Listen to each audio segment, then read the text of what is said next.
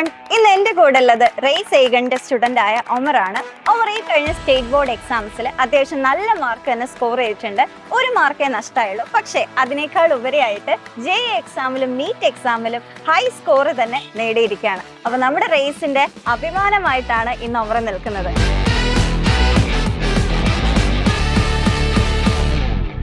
അപ്പൊ എന്ത് ഫീൽ ചെയ്യുന്നു ഈ സമയത്ത്? കഷ്ടപ്പെട്ടിട്ട് ഇത് നേടിയെടുത്തിട്ട് അതിന്റെ ആ ഒരു റെസ്റ്റ് നമ്മൾ എടുക്കുന്ന സമയത്ത് നല്ല സന്തോഷമുണ്ട്. ഈ ഒരു റിസൾട്ടിലേക്ക് എത്തിയത് ഒട്ടും ചെറിയൊരു കാര്യമല്ല. അപ്പൊ എങ്ങനെ സാധിച്ചെടുത്തു? കാരണം കൺസിസ്റ്റന്റ് ആയിട്ടുള്ള വർക്കിംഗ് ആണ് അതിന്റെ ഒരു മെയിൻ ഇമ്പോർട്ടൻസ് എന്ന് പറഞ്ഞ സാധനം. കാരണം നമ്മൾ ഒരു ദിവസം കുറെ പഠിക്കുന്നതിനേക്കാളും നല്ലത് കൺസിസ്റ്റന്റ് ആയിട്ട് ഒരു ദിവസം പഠിച്ച അതേ ടൈം തന്നെ അടുത്ത ദിവസം അങ്ങനെ പ്രീവിയസ് ഇയർ ക്വസ്റ്റ്യൻസ് പ്രാക്ടീസ് ചെയ്യാൻ കൊണ്ട് തന്നെ നമുക്ക് കുറെ നല്ല കോൺഫിഡൻസ് ഉണ്ടാവും. പിന്നെ നീറ്റ് ആണെങ്കിൽ കുറെ ക്വസ്റ്റ്യൻസ് പ്രാക്ടീസ് ചെയ്യാം. റേസിന്റെ മെറ്റീരിയൽസും റേസിന്റെ എക്സാംസും നന്നായിട്ട് എന്നെ ഇമ്പ്രൂവ് ചെയ്തിട്ടുണ്ട്. അവസാനത്തൊക്കെ നടത്തിയ എക്സാമുകൾ എന്ന് പറഞ്ഞാൽ ഒന്നരടം വെച്ചിട്ടുള്ള എക്സാം. ഒരു ദിവസം നമ്മൾ എക്സാം എഴുതുന്ന അന്ന് രാത്രി അതിന്റെ അനാലിസിസ് ചെയ്യും. കണ്ടിന്യൂസ് ആയിട്ടുള്ള എക്സാം നമ്മൾ അതിന്റെ ഒരു ഇതിൽ തന്നെ നീറ്റിൽ നല്ല കോൺഫിഡന്റ് ആയിട്ടാണ് എഴുതാൻ പോയിട്ടുണ്ടായിരുന്നു. അപ്പൊ ഈ നീറ്റ് എക്സാമിന് പ്രിപ്പയർ ചെയ്തത് ബോർഡ് എക്സാമിന് ഹെൽപ്ഫുൾ ആയിരുന്നു? എക്സാമിന് എന്തായാലും ഹെൽപ്ഫുൾ ആണ്. കാരണം നീറ്റിന് പ്രിപ്പയർ ചെയ്യണ കുറച്ച് ഹയർ ലെവലേക്ക്, ബോർഡ് എക്സാം ആകുമ്പോൾ അതിനേക്കാളും കുറച്ച് ലോവർ ആയി. അപ്പോൾ ബോർഡ് എക്സാമിൽ ന്യൂമറിക്കൽ ക്വസ്റ്റ്യൻ ഒക്കെ കാണുമ്പോൾ ഒന്നും പ്രശ്നമുള്ള കാര്യമില്ല എന്നുള്ളത് പെട്ടെന്ന് ചെയ്ത് തീർക്കാൻ പറ്റുന്ന അങ്ങനെ ഉണ്ട്. ബോർഡ് എക്സാം നല്ല ഹെൽപ്ഫുൾ ആണ് നീറ്റ്. അപ്പൊ ഈ ഒരു അച്ചീവ്മെന്റ് നേടിയെടുക്കാൻ വേണ്ടിയിട്ട് ഒമറിന് പ്രത്യേകിച്ച് ഒരു സ്റ്റൈൽ ഓഫ് മെത്തേഡ് ഓഫ് പ്രിപ്പറേഷനോ അങ്ങനെ എന്തെങ്കിലും ഉണ്ടായിരുന്നു? ഞാൻ ഇങ്ങനെ ലൈബ്രറിയിൽ സൗണ്ട് ഉണ്ടാക്കാതിരുന്ന് പഠിക്കുന്ന ടൈപ്പാണ്. എനിക്ക് നല്ല സൗണ്ട് ഉണ്ടാക്കി തന്നെ പഠിക്കണം. അപ്പൊ വീട്ടിൽ തന്നെ വലിയമ്മ ഒക്കെ എന്ത് ചെയ്തിട്ടുണ്ട്, ഒരു ബോർഡൊക്കെ വെച്ച് തന്നിട്ട് വൈറ്റ് ബോർഡ്. അപ്പൊ ഞാൻ അതിൽ ക്ലാസ് എടുത്തിട്ടാ പഠിക്കാം. അപ്പൊ അത് മനസ്സിൽ കുറച്ചും കൂടി ഉറച്ചു നിൽക്കും, ബോറടിക്കൂല. അങ്ങനത്തെ കുറെ പ്രത്യേകതയാണ്. മറ്റൊരാളെ പഠിപ്പിച്ചു കൊടുക്കുന്നത് പോലെ പഠിച്ചു. യെസ്, അത് നല്ലൊരു മെത്തേഡ് തന്നെയാണ്.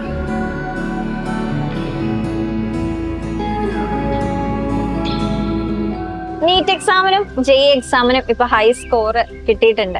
അപ്പൊ ഏതാണ് ഇനി ചൂസ് ചെയ്യാൻ പോകുന്നത്? JEE എനിക്ക് എഞ്ചിനീയറിംഗ് അത്ര താല്പര്യമില്ല. മെഡിസിന് ചെറിയ കുട്ടിയാകുമ്പോൾ തന്നെ എനിക്ക് താല്പര്യമുള്ളത്. കാരണം എന്റെ വാപ്പ ഒരു മെഡിക്കൽ കോളേജ് കാലിക്കറ്റിലെ കാർഡിയോളജിസ്റ്റ്. അപ്പൊ എനിക്ക് അങ്ങനെ ഒരു ഇൻസ്പിറേഷൻ ആദ്യം മുതലേ ഉണ്ട്. ഒമറിന്റെ നീറ്റ് പ്രിപ്പറേഷൻസിൽ റേസിൽ നിന്ന് കിട്ടിയ ഏറ്റവും നല്ലൊരു ഹെൽപ്പ് അല്ലെങ്കിൽ റേസിന്റെ ഒരു മെറിറ്റ് ആയിട്ട് എന്താ തോന്നിയിട്ടുള്ളത്? റേസ് കുറെ എന്നെ സഹായിച്ചിട്ടുണ്ട്. റേസിന്റെ എക്സാംസ് ആണ് റേസിന്റെ ഏറ്റവും ഇമ്പോർട്ടന്റ് ആയിട്ടുള്ള കാര്യം. കാരണം റെഗുലർ ആയിട്ട് എക്സാംസ് നടത്തുന്നതിനെ കൊണ്ട് തന്നെ നമ്മൾ ഒരിക്കലും ഡീവിയേറ്റ് ആയി പോകില്ല സ്റ്റഡിയിൽ നിന്ന്. നമ്മളെപ്പോഴും പഠിച്ചുകൊണ്ട് തന്നെ ഇരിക്കും. റേസിന്റെ മൊഡ്യൂൾസ് പറഞ്ഞാൽ ആപ്റ്റ് ആയിട്ടുള്ള മൊഡ്യൂൾസ് ആണ്. കുറെ ക്വസ്റ്റ്യൻ തന്നിട്ട് നമ്മളെ കുറെ ആക്കുന്നതിന് പകരം കുറച്ച് ക്വസ്റ്റ്യൻസ് ഉണ്ടാവുള്ളൂ. പക്ഷെ ആ ക്വസ്റ്റ്യന് നീറ്റിന് അങ്ങനെ ചോദിക്കുന്ന റിപ്പീറ്റഡ് ആയിട്ടുള്ള ക്വസ്റ്റ്യനുകൾ അതിലുണ്ടാവും. അപ്പൊ നമ്മളത് റെഗുലറായിട്ട് നമ്മൾ റിപ്പീറ്റ് ചെയ്ത് ക്വസ്റ്റ്യൻസ് സോൾവ് ചെയ്യുന്ന സമയത്ത് നമുക്കത് മൈൻഡിൽ സെറ്റ് ആയിട്ടുണ്ടാവും. ടീച്ചർമാർ എന്ന് പറഞ്ഞാൽ നല്ല രീതിയിൽ ഡൗട്ട് ചോദിക്കുകയാണെങ്കിൽ ഡൗട്ടിന് അപ്പം തന്നെ മറുപടി തരും. നമ്മൾ അടുത്ത് വന്നിട്ട് തന്നെ നമുക്ക് വേണമെങ്കിൽ ചെയ്തുതരൊക്കെ ചെയ്യണം. നല്ല ക്ലാസ്സാണ്. പിന്നെ ഞാൻ +1 ഒരു വേറെ കോച്ചിങ്ങിലായിരുന്നു. അവിടെ ബോർഡ് എക്സാമിന് ഞാൻ പ്രിപ്പയർ ചെയ്തിട്ടായിരുന്നു. അറ്റൻഡൻസ് ശരിക്കും എനിക്ക് കിട്ടിയിട്ടില്ല. അപ്പോൾ +2 എത്തിയപ്പോൾ രണ്ടും കൂടിയും കവർ ചെയ്യണമല്ലോ. അപ്പോൾ എനിക്ക് റേസർ കുറെ ഫ്രീ ആയിട്ട് ബുക്സ് ഒക്കെ തന്നിട്ടുണ്ടായിരുന്നു.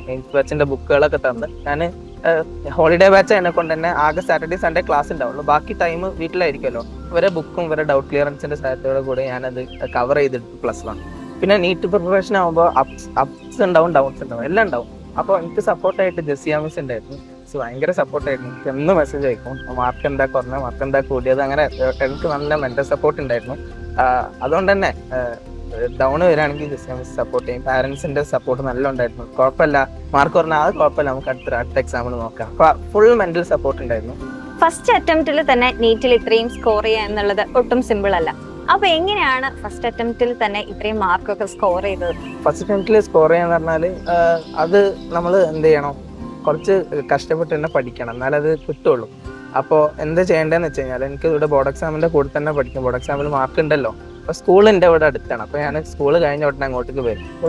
മെയിനായിട്ട് ഞാൻ നീറ്റിന് തന്നെ പഠിച്ചിട്ടുണ്ടായിരുന്നു. ബോർഡ് എക്സാമിന് പഠിച്ചിട്ടില്ല എന്ന് പറയുന്നില്ല, പഠിച്ചിട്ടുണ്ടായിരുന്നു. മെയിനായിട്ട് നീറ്റിന് പഠിക്കുന്നതിനെ കൊണ്ട് തന്നെ ബോർഡ് എക്സാമിന്റെ കുറെ ഭാഗങ്ങൾ തന്നെ അവിടെ കവർ ചെയ്തിട്ടുണ്ടാവും. അതേപോലെ റേസിലും ബോർഡ് എക്സാം നടത്തിയിട്ടുണ്ട്, അതേപോലെ തന്നെ നീറ്റിന്റെയും നടത്താറുണ്ട്. അപ്പോൾ എല്ലാം ഞാൻ അറ്റൻഡ് ചെയ്യും. അപ്പോൾ ബോർഡ് എക്സാമിന് ഒരു എക്സാം വരുന്ന സമയത്ത് നീറ്റൊക്കെ ഒന്ന് മാറ്റി വെച്ചിട്ട് ബോർഡ് എക്സാമിന് ഞാൻ പ്രിപ്പയർ ചെയ്യും. നീറ്റ് പഠിക്കാനുള്ള കുറെ ടൈം അവിടെ പോയിന്ന് ഉള്ളത് മാത്രം പ്രശ്നമുള്ളൂ. പക്ഷെ ബോർഡ് എക്സാമിൽ നീറ്റ് മാർക്ക് ഉണ്ടാകുമ്പോൾ നല്ല സന്തോഷം. പാരന്റ് ഡോക്ടറാണ്. അപ്പൊ എന്താണ് പാരന്റ്സിന്റെ ഒക്കെ റെസ്പോൺസ് ആ സമയത്ത്? പിന്നെ പാരന്റ്സ് ആണെങ്കിൽ ഉറക്കത്തിൽ നിന്ന് എണീച്ചത് കേട്ടപ്പോൾ നല്ല ഷോക്കായി. ഫസ്റ്റ് ചാൻസിലോ പറഞ്ഞിട്ട് നല്ല സപ്പോർട്ട്, എല്ലാവർക്കും നല്ല സന്തോഷമായിരുന്നു.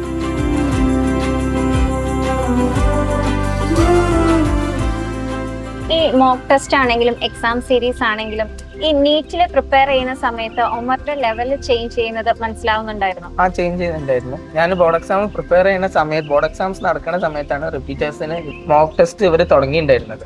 അപ്പോൾ എന്താ ഉണ്ടായെന്ന് വെച്ചാൽ എനിക്കതിന് എന്തായാലും ഞാൻ തീരെ നോക്കിയില്ല. ഫസ്റ്റത്തെ കുറേ മോക്ക് ടെസ്റ്റുകൾ ഞാൻ തീരെ നോക്കിയില്ല. അപ്പോൾ എക്സാം കഴിഞ്ഞപ്പോൾ ദിലീപ് സാർ പറഞ്ഞ് കുറച്ച് മോക്ക് ടെസ്റ്റുകൾ ഞാൻ വീട്ടിലേക്ക് പറഞ്ഞേക്കാൻ പറഞ്ഞിട്ട് മോക്ക് ടെസ്റ്റ് കൊണ്ടുവന്നു. അപ്പം മുതൽ ഞാൻ പ്രാക്ടീസ് ചെയ്യാൻ തുടങ്ങി. അപ്പോൾ പ്രാക്ടീസ് ചെയ്യാൻ തുടങ്ങുന്ന സമയത്ത് ഫസ്റ്റ് ഒക്കെ 500 ആ സംതിങ് പറയാൻ നല്ല ഡീമോട്ടിവേറ്റഡ് ആയി. അപ്പോൾ ഞാനിത് ടീച്ചേഴ്സിന് അയച്ചു കൊടുക്കുമ്പോൾ ടീച്ചേഴ്സ് പറയും കുഴപ്പമില്ല, ഫസ്റ്റ് എഴുതിയ മോക്ക് ടെസ്റ്റിന് ഇത്ര മാർക്ക് ഉണ്ടല്ലോ എന്ന് പറഞ്ഞിട്ട് സപ്പോർട്ട് ചെയ്തു. പിന്നെ പാരൻസ് ആണെങ്കിലും സപ്പോർട്ട് ചെയ്തു. പിന്നെ ഓരോ മോക്ക് ടെസ്റ്റ് ഒന്നരയുടെ എക്സാമിന് ഇങ്ങനെ പതുക്കെ 600 എത്തി, 620 എത്തി. അങ്ങനെ നല്ല നീറ്റ് വേവ് എക്സാം നടത്തിയപ്പോൾ എനിക്ക് 690 മാർക്ക് എത്തുമ്പോൾ നല്ല കോൺഫിഡൻസ് ആയി. അപ്പോൾ അങ്ങനെയൊക്കെ കുറെ ഇങ്ങനെ സ്റ്റെപ്പ് അപ്പ് ചെയ്യാൻ എന്തായാലും സാധിച്ചിട്ടുണ്ട്. ഞാൻ കുറെ മുമ്പ് തന്നെ മോക്ക് ടെസ്റ്റ് എഴുതാൻ സ്റ്റാർട്ട് ചെയ്ത്, അതുകൊണ്ട് തന്നെ നല്ല സ്റ്റെപ്പ് അപ്പ്. ഞാൻ 21ഓളം മോക്ക് ടെസ്റ്റുകൾ എഴുതിയിട്ടുണ്ട് എൻ്റെ ഒരു ഓർമ്മ. നീറ്റ് വേവ് എക്സാം അറ്റൻഡ് ചെയ്തല്ലോ, അപ്പൊ അതിന്റെ ക്വസ്റ്റ്യൻസ് എത്രത്തോളം നീറ്റിലേക്ക് ഇൻഫ്ലുവൻസ് ചെയ്തിട്ടുണ്ട്? നീറ്റ് വേവ് എക്സാം എന്ന് പറഞ്ഞാൽ നല്ല റെലവെന്റ് ക്വസ്റ്റ്യൻസ് ആയിരുന്നു. അപ്പോൾ ഈ ക്വസ്റ്റ്യൻസ് നമ്മൾ കുറെ പ്രാക്ടീസ് ചെയ്തതിനെ കൊണ്ട് തന്നെ സിമ്പിൾ ആയിരുന്നു, നല്ല മാർക്ക് സ്കോർ ചെയ്യാൻ പറ്റി. അപ്പോൾ അതുകൊണ്ട് തന്നെ നല്ല കോൺഫിഡൻസ് ഉണ്ടായിരുന്നു. നീറ്റിന് തൊട്ട് മുമ്പ് ഇത് എക്സാം ആയതുകൊണ്ട് അതിനുശേഷം പിന്നെ ഞാൻ മോക്ക് ടെസ്റ്റ് ഒന്നും എഴുതാന്നില്ല, തിയറി ഒന്നും കൂടി നോക്കും. നല്ല കോൺഫിഡൻസിൽ നിൽക്കാൻ വേണ്ടിയിട്ട് ഞാൻ അങ്ങനെ ചെയ്തു. പിന്നെ അതിലെല്ലാതും ഫിംഗർ പ്രിന്റ് എടുക്കണതും സൈൻ ചെയ്യണത് ഇടക്കിടക്ക് വന്ന് ശരിക്കും നമ്മൾ നീറ്റിന് 3 മണിക്കൂർ എഴുതാൻ വേണ്ടി കിട്ടുന്നില്ല. എനിക്ക് തോന്നുന്നു നമ്മൾ സാധാരണ മോക്ക് ടെസ്റ്റ് എഴുതുമ്പോൾ 3 മണിക്കൂർ 10 മിനിറ്റിലേക്ക് ഞാൻ പ്രാക്ടീസ് ചെയ്യണം. അപ്പൊ ഇനി നീറ്റ് എക്സാമിന് പ്രിപ്പയർ ചെയ്യുകയാണെങ്കിലും ബോർഡ് എക്സാമിന് പ്രിപ്പയർ ചെയ്യുന്ന അല്ലെങ്കിൽ ജെയ്ക്ക് വേണ്ടിയിട്ട് പ്രിപ്പയർ ചെയ്യുന്ന മക്കളോടൊക്കെ എന്തൊക്കെ ടിപ്സ് ആണ് ഒമറിന് പറഞ്ഞു കൊടുക്കേണ്ടത്? നമ്മൾ അപ്സ് ആൻഡ് ഡൗൺ ഉണ്ടാവുന്ന സമയത്തൊക്കെ തന്നെ നമുക്ക് ഒരു എനിക്കിന് എന്തെങ്കിലും ഇമ്പ്രൂവ്മെന്റ് ഉണ്ടാവും എന്ന് വിശ്വസിക്കാൻ ഒരു ഹോപ്പ് ഉണ്ടാവണം, ഒന്നാമത്തെ കാര്യം. രണ്ടാമത്തെ കാര്യം എന്ന് പറഞ്ഞു കഴിഞ്ഞാൽ കൺസിസ്റ്റന്റ് ആയിട്ട് പഠിക്കുക, നല്ല രീതിയിൽ കൺസിസ്റ്റന്റ് ആയിട്ട് പഠിക്കുക, അതാണ് രണ്ടാമത്തെ കാര്യം. മൂന്നാമത്തെ കാര്യം എന്ന് പറഞ്ഞാൽ നല്ല കോച്ചിങ് അറ്റൈൻ ചെയ്യുന്നുള്ളതാണ്.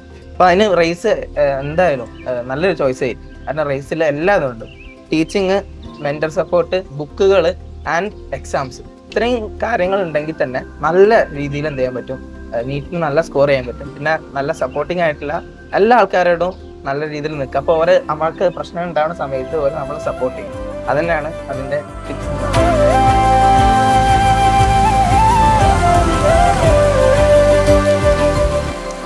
ഒമറിന്റെ ഈ ഒരു അച്ചീവ്മെന്റിനെ പറ്റിയിട്ട് ഉമ്മയ്ക്ക് എന്താ പറയാനുള്ളത്? ഭയങ്കര സന്തോഷമുണ്ട്. ലൈക്ക് അവന് ബോർഡ് എക്സാം ആണെങ്കിലും 1 മാർക്കാണ് പോയത്. ശരിക്കും ഫുള്ള് പ്രതീക്ഷിച്ചിരുന്നു, പക്ഷെ എന്നാലും ഇംഗ്ലീഷ് ആയിരുന്നു പേടി. ഫിസിക്സിനാണ് 1 മാർക്ക് പോയത്. പിന്നെ അതുപോലെ തന്നെ ജെഇ നീറ്റും ആണെങ്കിലും നല്ല സ്കോർ കിട്ടിയിട്ടുണ്ട്. പിന്നെ ആളെന്ന് പറഞ്ഞാൽ കുറച്ചൊരു ഫോക്കസ്ഡ് ആയിട്ടുള്ള ഒരാളായതുകൊണ്ട് നമുക്കധികം പുഷൊന്നും ആവശ്യമില്ല. നല്ല സെൽഫ് മോട്ടിവേറ്റഡ് ആണ്. ഉമ്മയ്ക്ക് എന്താ പറയാനുള്ളത്? നല്ല കുട്ടിയാണ്, ഇല്ല. റേസ് ആണെങ്കിൽ തന്നെ പ്രത്യേകിച്ച് പറയാനുള്ളത് ഡയറക്ടേഴ്സ്.